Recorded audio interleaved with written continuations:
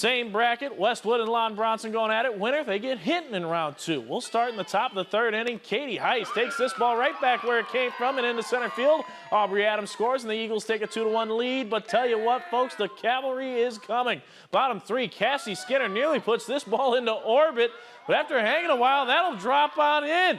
In comes Carly Tadlock, and this thing's tied up at 2. Bottom of the 4th here. Brooklyn Gilbert rips a shot down the third base line. That rolls all the way to the fence. Lauren Burkhart scores. Westwood wins this one 12-2.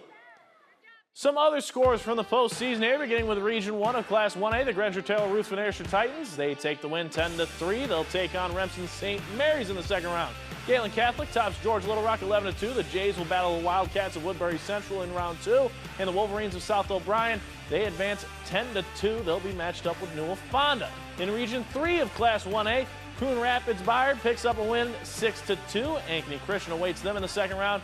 CAM tops IKM Manning 7-3. They'll face Earlham, and Riverside wins the Battle of the Bulldogs 23-0. They'll meet Woodbine in the quarterfinals. Up to Class 2A, Region 2, East Sac County survives and advances. They win 13-3. They've got top-seeded Audubon waiting for them. Emmetsburg hangs on to a 9-3 victory. The Ehawks, they'll take on Sioux Central on Wednesday.